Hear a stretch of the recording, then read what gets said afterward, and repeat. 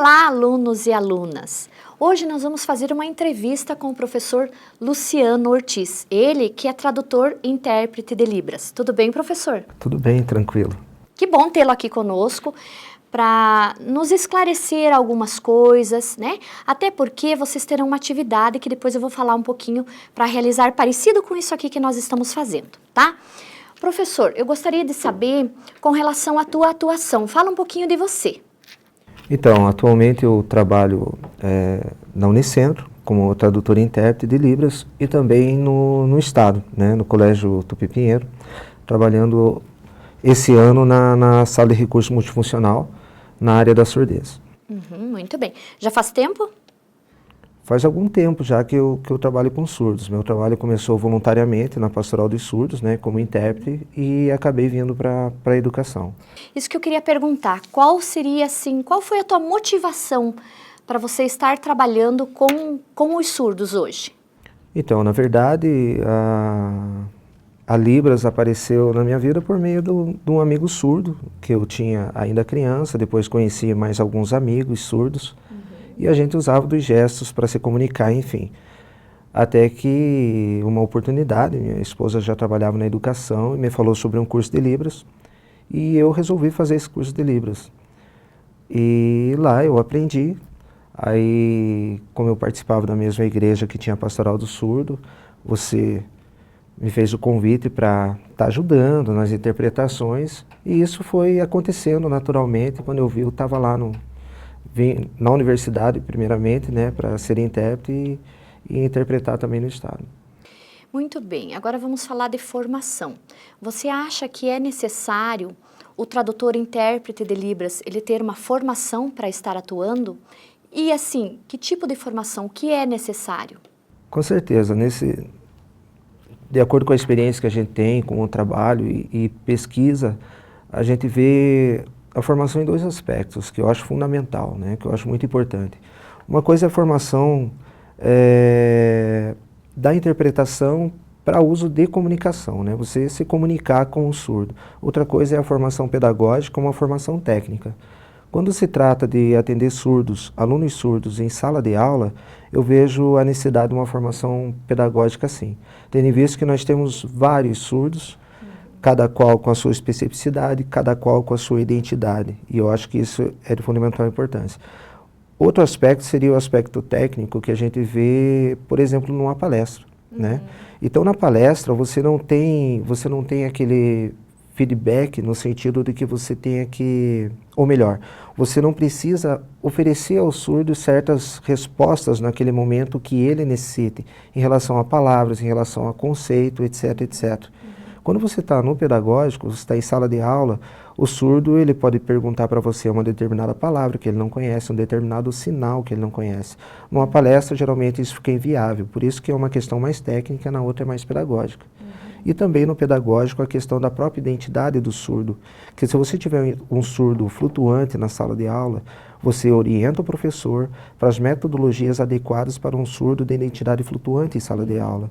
E numa palestra você não faz isso. Em outros momentos mais técnicos você não faz isso. Então eu vejo que um respeito ao surdo, uma metodologia adequada e uma formação adequada por parte do intérprete para seguir, inclusive, as orientações que o Estado do Paraná dá, que é desse intérprete poder orientar os professores, né, em relação à metodologia mais adequada para se trabalhar com o surdo em sala de aula. Então, já que o professor citou ali, eu gostaria de saber assim, com relação ao trabalho de sala de aula e palestra, existe alguma diferença em trabalhar a questão da tradução simultânea e consecutiva nesses momentos? Então, também dá para analisar dois aspectos, né? Um aspecto a gente pode ver na questão das habilidades de cada intérprete, né? Cada tradutor e intérprete. Geralmente, palestras a gente usa mais a simultânea, assim como sala de aula, né? Há necessidades da tradução consecutiva, né? Ou seja, a tradução simultânea seria aquela que o intérprete está ouvindo, né? O que o narrador, o palestrante está falando, e simultaneamente a gente vai traduzindo conforme ele está falando. A consecutiva são quando você tem alguns assuntos ou alguns termos mais complexos que você precisa buscar um entendimento sobre aquilo para depois fazer o repasse dessa informação para o surdo. Então, depende muito do intérprete e das estratégias que ele usa no momento da interpretação. As estratégias desde a língua, dos sinais, dos classificadores que ele vai usar. Mas quando é muito complexo mesmo, a gente sente a necessidade e acaba usando a consecutiva. Mas as duas são bem tranquilas e você vai se adaptando profissionalmente de como usá-las. A gente colocou, inclusive, no livro que o professor, nós escrevemos juntos, a gente colocou a questão do trabalho em sala de aula, coloca assim, em alguns livros, em alguns documentos que a gente encontra, ele fala de uma mediação de comunicação, né, mais relacionada à comunicação. E no nosso livro, a gente cita a questão do conhecimento, dessa intermediação de um conhecimento e não apenas de uma comunicação. Gostaria que o professor comentasse um pouquinho sobre isso. Então, nós temos algumas defesas pedagógicas quando se trata do discurso metodológico em sala de aula, né? Do discurso sobre metodologia. A gente vê que as pessoas atribuem a relação do sujeito e objeto para a aprendizagem. Aí você tem essa relação do sujeito-objeto, quem seria o mediador? O objeto. E nós temos também aquela questão do professor enquanto mediador também do conhecimento. Então, se o professor ele é mediador do conhecimento, esse conhecimento deve chegar ao aluno, nós somos intermediador desse conhecimento. Não há como nós sermos apenas o mediador da comunicação, porque não é esse o objetivo. O objetivo na sala de aula ele é muito mais didático. O objetivo dele é alcançar, ou melhor, fazer com que o aluno alcance o seu aprendizado. Então, a gente acredita não, né? As pesquisas mostram isso, né? Que seria a intermediação do conhecimento por conta disso. O professor, na sua fala, citou também a questão da importância do intérprete conhecer um pouquinho da identidade do surdo que ele está atendendo naquele momento na sala de aula. E aí eu pergunto, existe mesmo identidade do surdo e cultura? Já lembrando que muitas pessoas falam em cultura, né? Então, existe essa identidade e essa cultura surda? Isso. Você veja, eu quando comecei a fazer o curso de Libras, a professora Irene, né, que eu aprendi com ela, a língua de sinais, ela sempre falava em cultura na sala de aula. Ela ensinando Libras pra gente, falava de cultura. E eu pensei, nossa, ela fala tanto em cultura. Que é isso? Como que é isso? A hora que eu busquei, que eu entendi realmente o que era essa cultura surda, eu aprendi Libras. Você entendendo culturalmente aquele sujeito, aquele grupo, aquele povo, você vai aprender a língua dele muito mais tranquila se você entender e se você respeitar aquela cultura. Na verdade, você tem que entrar nesse mundo visual, né? Você tem que se aproximar o máximo possível da forma que eles percebem as coisas, que eles sentem, que eles fazem, para que você tenha um entendimento, né? Justamente. Se a gente for perceber, quando a gente é criança, a gente é muito mais visual, né? O bebê é muito mais visual e a gente vai crescendo e vai se tornando mais auditivo, né? Nesse mundo auditivo. Então, você entrar no mundo visual do surdo, você entendendo essa cultura e esse mundo visual, você busca em você mesmo aquele resgate do tempo que você era visual também, que você podia observar mais as coisas do mundo, porque o nosso mundo é maravilhoso, né? E nós acabamos construindo esse mundo mais auditivamente. E esquecemos um pouco desse aspecto visual que é tão importante. E o surdo tem isso. A hora que você consegue resgatar isso é maravilhoso, né? Isso é maravilhoso e para te ajudar na fluência da língua, eu acho que buscar o mundo visual é muito importante para que você possa aprender ela. Na verdade, conhecer melhor aquele aluno que está ali na tua frente, que tem uma identidade diferente, né? Ele tem uma família onde muitas vezes só fala, né? E ele é totalmente visual. Porque você pega uma identidade surda plena, por exemplo, do surdo que nasceu surdo, conheceu a língua de sinais como primeira língua. É diferente de você pegar um surdo flutuante, por exemplo, que ele, por mais que ele tenha aprendido a língua de sinais como primeira língua ou não, mas ele tem o contato dele com ouvintes e com surdos ao mesmo tempo. Então, quando ele está com ouvintes, ele fala, quando ele está com surdos, ele usa da língua de sinais. Eu até comento, porque quando eu encontro com alguns surdos flutuantes, eu faço em Libras para eles, e eles falam comigo. Eles usam da fala. Então as pessoas olham, parece que eu que sou surdo e ele que é o ouvinte. Então tem essa troca, né? Mas é muito legal, porque você vê que é a identidade dele, né? Essa é a identidade dele. E se você reconhece a identidade dele, em sala de aula principalmente, você sabendo quem é o sujeito, o aprendizado acontece muito mais tranquilamente, né? Flui mais rápido. Justamente. Com relação à história do surdo, né? A gente sabe que tem muitas lutas hoje, existe uma organização muito grande com relação às lutas pelas escolas bilíngues e, né, uma série de lutas que o surdo está fazendo hoje, né? Está se movimentando, que antigamente o ouvinte, né, pensava assim, ele precisa falar e tal, era uma luta totalmente diferente. Hoje não, a pessoa surda está lutando, né? Como que você vê essa caminhada histórica do surdo? Então, eu vejo que o povo surdo hoje, né, ou melhor, a comunidade surda hoje, ela se fortalece muito, né?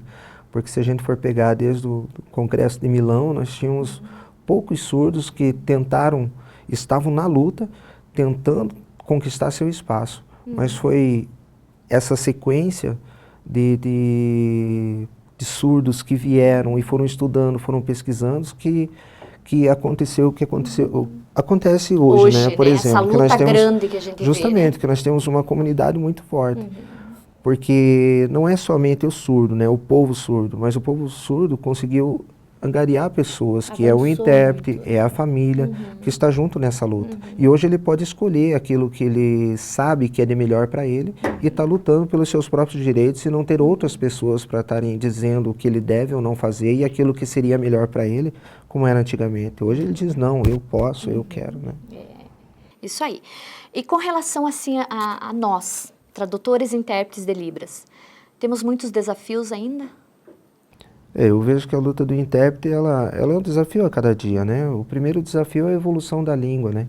A evolução da Libras acontece diariamente e a gente tem que estar estudando, a gente tem que estar acompanhando, buscando novos sinais, buscando novos vocabulários, também acompanhando todas as pesquisas linguísticas que tem em relação à própria língua, para a gente ser um profissional melhor, né? E estar buscando está inserido aquilo na comunidade, justamente, né, surda? E você vai ter isso como? Você tem que estar inserido na comunidade. É essa comunidade que está lutando, essa comunidade está pesquisando, ela que está fazendo as coisas acontecerem. Então, por isso que a gente está inserido, por isso que a gente tem que estar inserido. E muitos sinais a gente aprende lá no dia a dia, né? Nessa coisa mais informal, fora de sala de aula, em uma associação, em uma pastoral, num bate-papo, né? A gente aprende muito com eles também. Com certeza, porque a sala de aula faz com que a gente acabe usando muitos idioletos. Mas muitas vezes esses idioletos, eles vêm a contribuir para o surgimento de novos vocabulários, novos sinais mesmo, né? E isso é muito legal. E aonde que você vai interagir para você mostrar os idioletos, as estratégias? Você estar sempre junto com a comunidade. Na comunidade surda. Muito bem, agora deixa uma palavrinha para nós de incentivo a estas pessoas que estão fazendo essa pós, né, de Libras, para que continuem, para que estejam aqui futuramente junto conosco, né? Existe uma falta muito grande de profissionais, tradutores e intérpretes de Libras, né? Então vamos incentivar esse povo que está na pós para estar fazendo mais cursos e buscando mais conhecimento. Então, as pessoas, muitas vezes, eles pensam que a língua de sinais vai ser usada somente na educação, né? Os profissionais, tradutores e intérpretes estarão apenas na educação, mas não é assim. Agora, com as novas leis e a nova lei surgindo, de acessibilidade, etc., faz com que todas as instituições públicas, em alguns municípios, no caso nosso de Guarapuava, inclusive as privadas, vão ter que ter o tradutor e intérprete. Então, aonde estão? Nós dependemos de vocês que estão fazendo essa pós, né?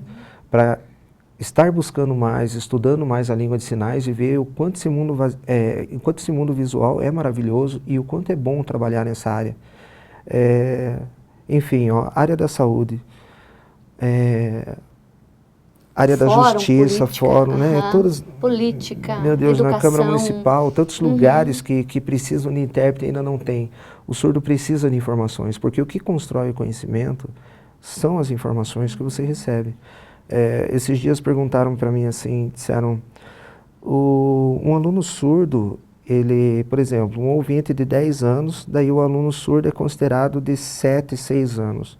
Porque aí ela ficou nesse porquê, eu fiquei pensando o porquê dela. Por quê?